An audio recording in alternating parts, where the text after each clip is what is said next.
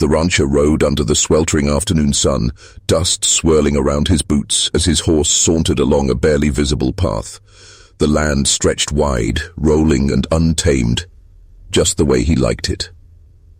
He was a solitary man, shaped by the wind and the work, every line on his face a testament to the hard years he'd owned. At the crest of a small hill, he paused. There, amidst the whimpering winds and vast emptiness, a figure lay crumpled beneath a worn-out shawl. He dismounted, boots crunching dry earth, approaching cautiously. It was a woman, the skin on her hands rough as the terrain, her face shadowed by strands of tangled hair. He squatted next to her, offering her a tin cup of water he'd fetched from his saddlebag. Her eyes opened, large and haunted, revealing a shadowy past with untold stories. "Thank you," she barely whispered, as she gulped the water eagerly. "Name's Jonathan," he said quietly, watching her closely. She hesitated, shaking her head as if dispelling ghosts. "It don't matter."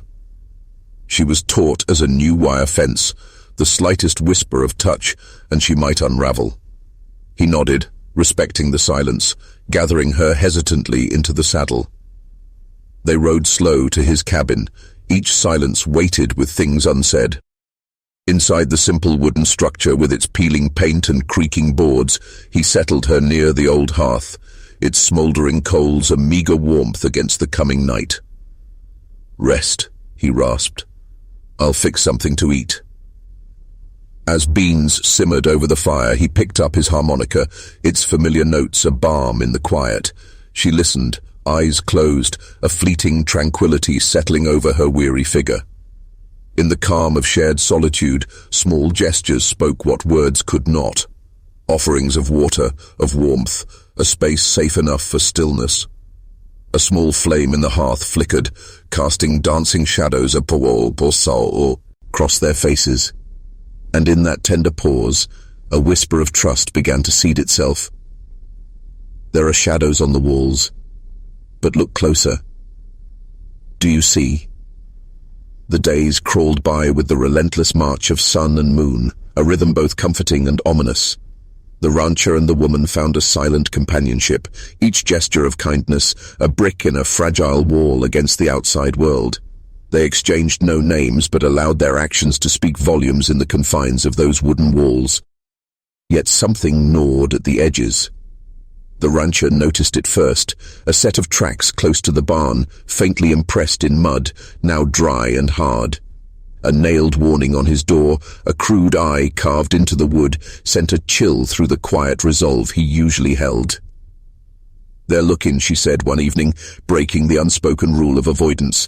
Her voice was barely audible over the crackling fire. "Always watching, waiting." "They won't touch foot in here," he assured, though his eyes lingered on the window where the creeping dark spilled shadows over the yard. His heart, however, held a thin thread of unease. Out on the ridge, he sometimes saw a rider, a figure silhouetted against the setting sun just long enough to cause doubt. The law in these parts was often slow and not too keen to dirty their boots with troubles of outliers like him.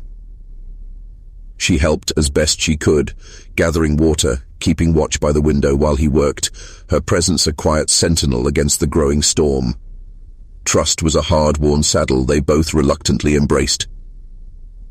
And in the twilight spill of evening, with harmonica notes floating like restless spirits, he'd catch her watching him, something shifting in her gaze, something more human than the fear that first haunted her eyes.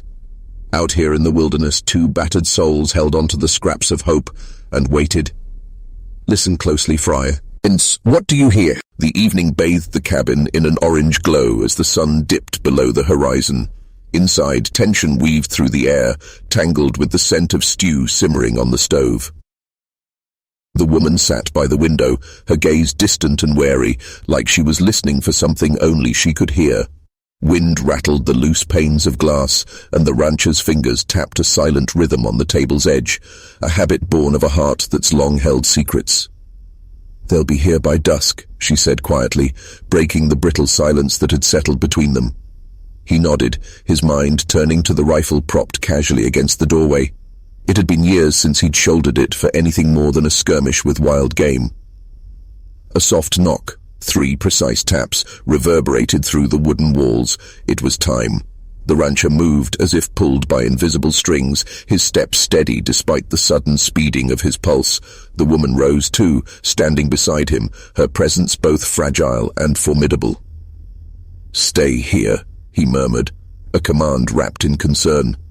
She hesitated only a moment before stepping back into the shadow of the room, her eyes never leaving his. The door creaked open, revealing a figure silhouetted against the dying light. The rancher's voice was low, calm, the kind of calm that comes before a storm. "State your business." The outsider's response was a sneer, words clipped and sharp. "We're here for her. Hand her over. And no one gets hurt." Chills crawled up his spine, but the rancher stood firm, grip tightening around the rifle's barrel, a lifeline in this ocean of uncertainty. Just then, through the gritted tension, the woman acted. In one deft motion, she pulled a hidden shotgun from beneath a pile of cloth, the cool metal gleaming in the dim light. With practiced precision, she stepped beside the rancher, the shotgun steady in her grip, and matched his unwavering stance. The atmosphere swelled with an unspoken understanding. Defiance rooted them to the floorboards. Words fell heavy, each one a calculated maneuver in this delicate game of survival. "Leave," she spoke, voice steady, a silent storm in her eyes. "And don't look back." Their eyes locked, a silent pact, forged in these fraught moments. The seconds stretched, then broke as the outsider's figure retreated into the shadows. As the door closed, a weight lifted between them, replaced by a shared realization. Their defenses weren't just about survival now, but about something more, a fragile trust beginning to take root. The quiet crept back in, settling like dust over the promises they hadn't dared to speak aloud. The shadow had retreated, but not the promise of returning danger. If only they knew what was coming next. The quiet after the storm was deafening. Silence descended upon the cabin with such weight that even the crackling of the fire seemed muted, a distant memory of warmth. The standoff had passed in a blur of decision and instinct, every action measured and necessary. Now the cabin's air held a strange peace, fragile yet tangible. The woman sat at the table, her hands cradling a cup of coffee. For a moment, her eyes lingered on the flowers he had placed by the windowsill, their colors mellow in the fading light. Calm returned in slow waves, each one gentler than the last.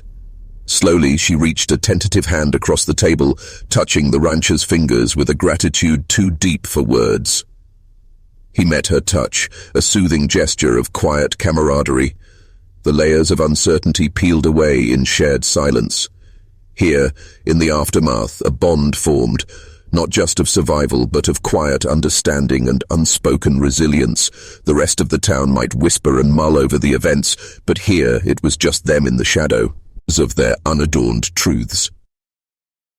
Outside, the town buzzed with distant whispers, a curious hum feeding into the night. Yet within the cabin walls, a deep calm settled, transcending beyond fear.